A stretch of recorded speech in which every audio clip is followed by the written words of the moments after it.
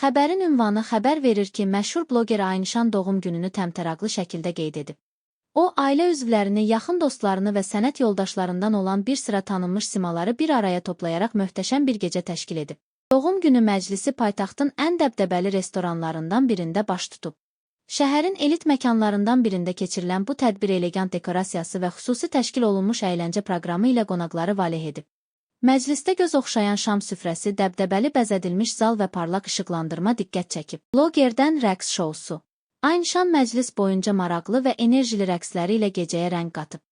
Onun səhnədə sərgilədiyi performans və qonaqları ilə birgə oynadığı şən mahnılar ətrafdakılar tərəfindən maraqla qarşılanıb. Aynişan bütün gecə boyunca pozitiv enerjisi ilə diqqət çəkib. Anası Aybəniz Haşimova da məclisdə idi. Gecənin ən emosional anlarından biri isə əməkdar artist Aybəniz Haşimovanın qızı ilə birgə ad günü tortunun şamlarını üfürməsi olub. Aynişan və anası birlikdə bu xüsusi anı qeyd edərək gecəyə xoş duyğular bəxş ediblər. Aybəniz Haşimova qızının həyatındakı bu əlamətdar günü onunla birlikdə paylaşmaqdan duyduğu qürur və sevinci dilə gətirib.